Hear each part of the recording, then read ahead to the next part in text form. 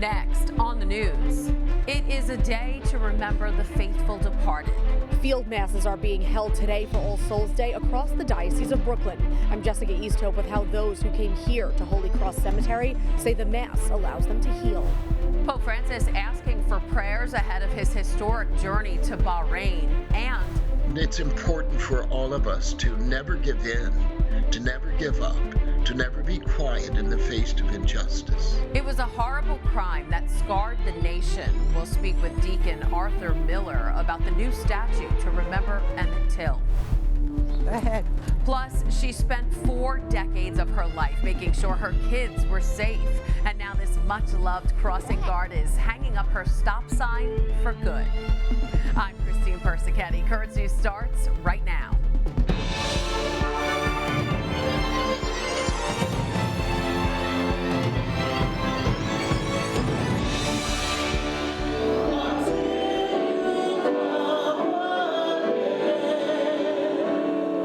The faithful gathering to remember those who have gone home to God. Today is All Souls Day, and across the Diocese of Brooklyn, masses were held at 4 Catholic cemeteries, allowing people to be close to the faithful departed. Currents News' Jessica Easthope has more from Holy Cross Cemetery in East Flatbush. Amalphus Figueroa fights through her tears.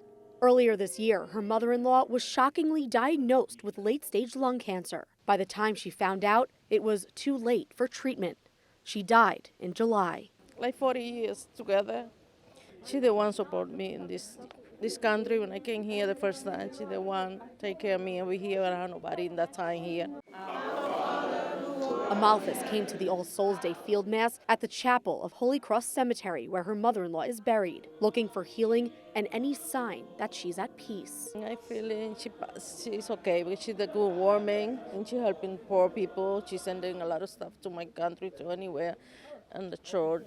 Remember also our brothers and sisters who have fallen asleep in the hope of the resurrection. The Mass, one of several held in the Diocese of Brooklyn for the faithful departed, was celebrated by Auxiliary Bishop Witold Mierzejewski. I wanted to send them the message that our life is changing but not ended.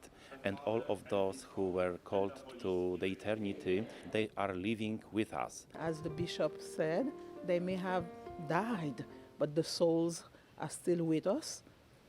And that's what we need to hold on to. Are in our memories, like our parents or Bishop Witold's message resonated with Maria Xantis and Daniela Pierre Kingsley, best friends who came to mourn their loved ones, including several friends who died of COVID-19 and are buried at Holy Cross. We have them in our hearts, we have them in our memories. So this is enough to keep us going. Though grief can evolve, for many it's forever. But those who attended the All Souls Day Mass found comfort in the central belief of our faith that we will be with our loved ones again. In East Flatbush, Jessica Easthope, Currents News. Brooklyn Bishop Robert Brennan also prayed for the faithful departed Wednesday as he celebrated Mass at St. Charles Resurrection Cemeteries in Farmingdale. So we pray to the Lord. About 500 people gathered for the Mass, reciting the prayer of the faithful in 5 different languages. During his homily, the bishop spoke about how faith, hope, and love drive us to remember the departed. And at the end, everyone was given a miniature figurine of Our Lady of Grace. If you want to learn more about Bishop Brennan, Currents News has a new digital segment out now that will help you out. It's called A Minute with Bishop Brennan, and it asks some of the burning personal questions you may have, including why Bishop is a Mets fan instead of a Yankees fan. I was born in the Bronx, but I was born to a family. My father was an avid Brooklyn Dodger fan, grew up in Ridgewood, and I was born the year the Mets were born. So we were both born in '62. That's a sneak peek of this week's episode. The videos come out every Wednesday, and so far Bishop has answered questions like what his first job was, what are his favorite sports moments, and how many languages he speaks. Just be sure to follow Currents News online to see those episodes and the ones that will continue to come out all through November. That's at Currents News on Facebook and Currents_News on Instagram. While Currents News is helping you to get to know your bishop, the tablet is helping you get to know other people of faith by promoting Catholic gatherings near you. The online bulletin made by DeSales Media, the parent company of Currents News, and the tablet is called Catholic Gatherings. You can submit an event online and it will be available there, and it could possibly be included in the paper itself. The tablet is also going deep underground, reporting on the recent rise in subway crime in New York City. But they aren't just giving you statistics, they also have important tips on how to stay safe from a retired NYPD commander and former chief of the Transit Bureau. To read all these stories and more, just pick up a copy of the paper at your local church. You can also subscribe to get all future papers sent to you and find out more about Catholic gatherings on their website, thetablet.org. The tablet's top-notch reporting will soon get even better. Experienced Catholic journalist Carol Zimmerman will be joining the team. For 30 years, Carol has been a reporter with Catholic News Service, covering major events in the Catholic world, such as the election of Pope Francis and stories that have topped secular newscasts like Hurricane Katrina. Carol will be officially joining the tablet team in January, but ahead of her start date, I spoke with her about her career and what she considers some of the highlights.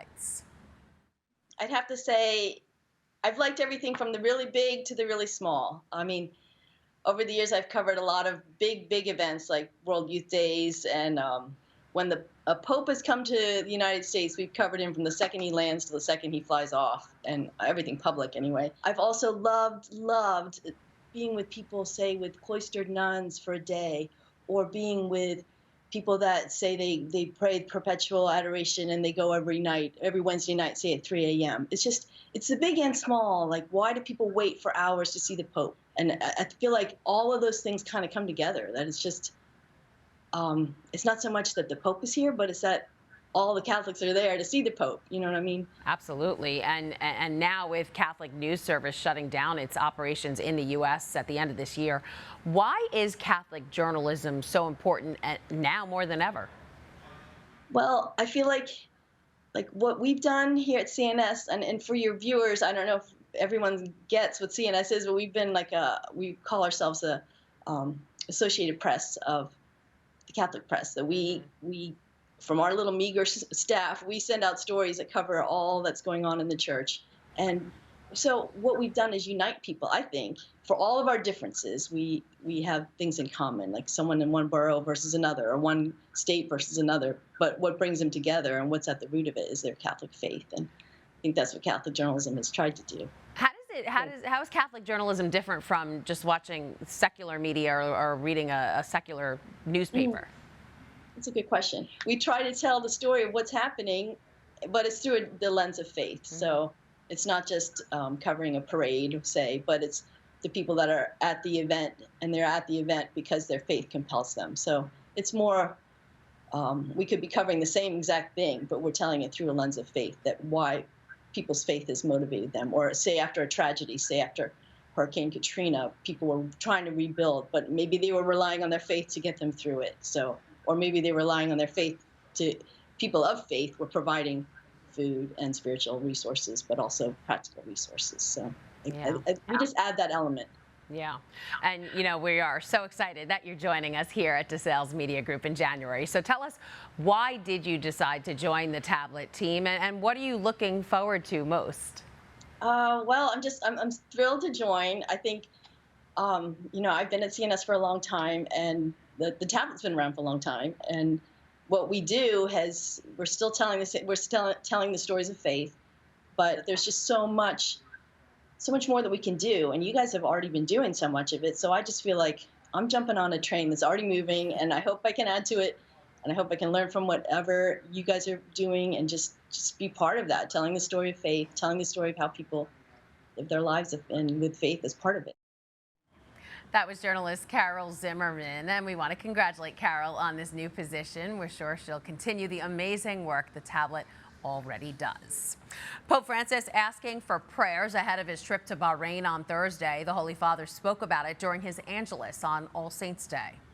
Chiedo a tutti di accompagnare con la preghiera perché ogni incontro e avvenimento sia un'occasione proficua per sostenere in nome di Dio la causa della fraternità e della pace, di cui i nostri tempi hanno estremo e urgente bisogno. One of the Holy Father's goals for this trip is to continue his mission of promoting interreligious dialogue. Here's a look at the visit. The Pope will arrive in Bahrain on November 3rd at around 9:45 a.m. Eastern Time. He'll then visit with the King of Bahrain before taking part in a welcome ceremony. In his first full day there on Friday, he'll close the Forum on Dialogue between the East and the West, as well as meet with the members of the Muslim Council of Elders. Then on Saturday, there will be a Mass at Bahrain National Stadium, and the Pope will meet with young people from Sacred Heart School. And on Sunday, the Pope will meet and pray with bishops, priests, and other religious at Sacred Heart Church in Manama before departing back to Rome. He's a Franciscan priest who says his guardian angels were watching out for him after a wild crash in Ohio. Take a look. Father John Bach is calling this a miracle. The priest says he was driving to St. Andrew's Church in Milford last month when an SUV lost control and went off the road. The SUV almost hit Father Bach's car, but a split second before hit a sign and was actually launched over the priest's car. He wasn't hurt. Father Bach was on his way to celebrate Mass on October 2nd, the Feast of the Guardian Angels. Wow, how about that? There's a lot more news headed your way. It raises to our consciousness that our country, as far as it's come, still has a long way to go. We'll speak with Deacon Arthur Miller about the murder of his childhood friend Emmett Till and the new statue that pays tribute to him. The Federal Reserve makes another historic move in the fight against inflation in the U.S. And maybe it's a sign from heaven. We'll look at how this sign refused to go down and what it said coming up. The Federal Reserve making history again on Wednesday, announcing a fourth straight interest rate hike. A key short-term rate was increased from 3.75% to 4%. That's the highest level in 15 years as the inflation battle continues in the U.S. Mike Valerio has the latest. Amid a rebound in the economy, a hot labor market, and mortgage rates topping 7% for the first time since 2002, the Federal Reserve announcing a historic interest rate hike today, pushing up the cost of borrowing even further. My colleagues and I are acutely aware that high inflation imposes significant hardship as it erodes purchasing power, especially for those least able to meet the higher costs of essentials like food, housing, and transportation. The decision of a fourth consecutive hike of 0.75 percentage point is intended to keep the economy from overheating or cooling too dramatically and to tame inflation. They'll raise the rate another 0.25 point, and then I think they'll stop and pause, take a look around, because they know that it takes a while for all these interest rate hikes to affect the economy and to slow inflation. The interest rate hike will likely deepen the economic pain for millions of Americans at the same time as the average 30-year fixed mortgage rate is topping 7%. Housing's going to struggle here over the next 12 to 18 months, and I do expect some meaningful price declines. A silver lining in the midst of all of this, the job market that remains tight. But for the consumer, the advice is to hold on. If you are not able to bring your wages up, then you need to consume because basically your purchasing power is going down the line. Mike Valerio, Currents News.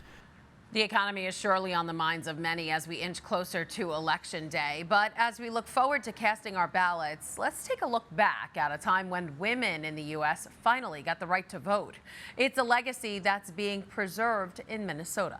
And they did so using this wooden box, which historians say is the very same ballot box that Marguerite Newberg, the first woman voter in the U.S., had used to cast her ballot. About 90 women woke up early, got in line to register to vote here in South St. Paul, and they were the ones to cast their ballot. There's not anything real special about what it looks like or where it was, but it's the stories that go along with it that kind of make it interesting. The women were voting on a local bond referendum at the time. Each gender's votes were tracked separately in case the amendment was later invalidated. But as it turns out, that referendum actually would not have passed if it wasn't for women voters. It was an infamous crime that became a catalyst for the civil rights movement. The kidnapping and murder of 14-year-old Emmett Till is the subject of a movie in theaters now, and a statue of him was just erected in Greenwood, Mississippi. Deacon Arthur Miller of St. Mary's Church in Simsbury, Connecticut, was a childhood friend of Till's. He joins us now. Hi, Deacon. Hi, Christine. How are you? I'm good. Thanks for being here. Now, Deacon Art, it's been nearly 70 years since Till's murder. Other memorials in Mississippi have either been vandalized or torn down. What message does this new statue send? Well, it's a broad question and an even broader answer. It raises to our consciousness that our country, as far as it's come, still has a long way to go. I have been to the many memorable, the many statues and memorabilia that have been erected in the name of my childhood friend, and I am aware that they have been, and I have in fact seen some of the damage done to them. It is an unfortunate reality that this is the place and space in which we now live. It's important for all of us to never give in, to never give up, to never be quiet in the face of injustice.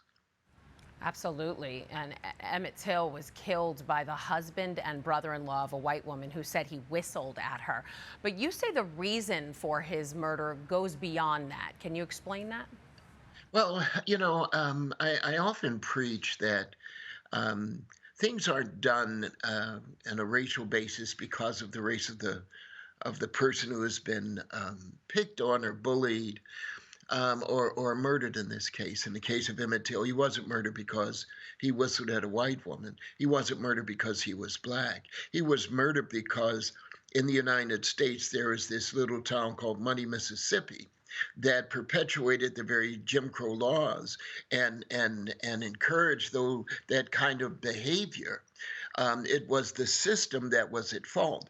So it's not only Money, Mississippi, but it was the state of Mississippi that gave it the power to do such a horrid and ugly thing, to support this oppressive, and I would dare say, apartheid kind of society. And the United States of America equally was to fault because they allowed Mississippi to do what it was doing, knowing full well that it was doing that. So Emmett Till wasn't murdered because he was black. He was murdered because there was a system that was encouraged by the majority of the people who allowed that to happen, and in fact encouraged it. That's how I feel. And meanwhile, the two men who later admitted to killing Till were found not guilty. Decades later, the woman admitted she lied. You were friends with Emmett, next-door neighbors. How do you feel that no one ever paid for his death? No one was held responsible. Well, in many ways, we all paid for his death. We all, this entire country, our entire society, not only paid for it then, we pay for it now. And what I mean by that, it's the ongoing lack of solutions to changing that society. We have paid for it time and time again, and not just black folks, not just brown folks, but just as importantly, white people are paying the cost of a murder. I'm not particularly concerned whether the woman lied or not. That's not why he was killed, because she lied. Again, she was killed because the society at that time, and to some extent even today, support this kind of suppressive minimalization of other human beings. All right, Deacon Arthur Miller, a childhood friend of Emmett Till, thanks so much for being here and sharing your story with us. It is certainly my blessing, and may God continue to bless us all, and may we begin to teach and to preach what we believe. Yes, absolutely. And you can read more about Emmett Till and Deacon Art at thetablet.org.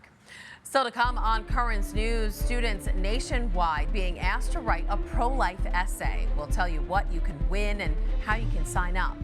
And it'll be hard to say goodbye to the children. We'll hear from a much-loved crossing guard who's decided to retire. Remembering your deceased loved ones doesn't have to be a somber occasion. Over at Greenwood Cemetery in Brooklyn, they were dancing children and adults wearing colorful costumes celebrating Dia de los Muertos, or Day of the Dead. The traditional Mexican holiday is a time for families and friends to honor their late loved ones through prayer, altars, music, and dance. After more than 4 decades of guiding children across streets and helping students heading to and from school, one beloved crossing guard is finally turning in her stop sign and hanging up her yellow vest. Brianna Ross is in Baltimore and joined the retiring 85-year-old on her last day of work. Go ahead. Miss Janice Janicki carries her stop sign and wears her bright yellow vest with pride for the very last time. For the past 44 years, she's dedicated her mornings and afternoons to keeping kids safe, greeting them with smiles and love as they cross the intersection of South Highland and Foster Avenue. I really enjoy my job, I'll put it that way. I love kids, and I make sure they're safe. I give them all a hug in the morning. I feel like a celebrity. It really makes me feel great. Hi, hon. You spied on me in the day. Aww. Miss Janice became a crossing guard when her son started school. She's loved it ever since. Have a good one, babe. She treats every kid like her own. I love my kids, believe me. And I've seen many a kid grow up, get married. So I'm really going to miss them. The feeling is mutual for students, staff, and parents alike. Miss Janice knows the kids by name, she knows the parents, and they're always looking forward to giving her hugs just like that. The whole community is going to feel the loss. There was a group of parents who got together to put something together for her and posted it on Facebook, and there were tons of comments just basically saying like how much she meant to everyone, and people who had been crossing with her like years ago. On Monday, the community showed Miss Janice just how much she means to them. These girls are going to make me cry. From flowers to cards to gifts. Oh my God! Bingo daubers! Yes! All to send Miss Janice into retirement with as much love as she's shown them. Now I'm going to rest, hopefully. But she's not saying goodbye to this corner for good. Miss Janice says she'll still stop by every now and then to greet her kids with a big smile, a big hug, and a whole lot of love. That was Brianna Ross reporting. The school Janice worked at, Archbishop Borders School, also expressed their gratefulness to the beloved crossing guard, wishing her the best in retirement. Students across the nation are being invited to write a pro-life paper for a chance to be published and get a cash prize. The contest is sponsored by American Life League's Culture of Life Studies program and the Institute for Excellence in Writing. Middle and high schoolers are given different prompts for the chance to win up to $250 and a chance to get published in Celebrate Life magazine. 5th through 8th graders are being asked about their favorite pro-life saint, while high schoolers must answer, what would you say to someone who advocated for abortion? All essays are due by 11:59 p.m. on November 7th. For more information or to submit a paper, just go to prolifeessay.com. And finally tonight, you might say it's a sign from heaven. On Monday morning, a man in Michigan was caught on camera kicking a sign posted in front of the Church of the Resurrection school building. But it's what happens next that may surprise you. You can see after the man kicks the sign, it flips over and plants itself right side up again. The sign in question calls on Michigan voters to vote against Proposal 3, a ballot measure that aims to invalidate a 1931 abortion ban and potentially other existing regulations. Interesting. And that is Currents News. I'm Christine Persichetti. Thank you for joining us because we are putting your faith in the news. Hope to see you again next time.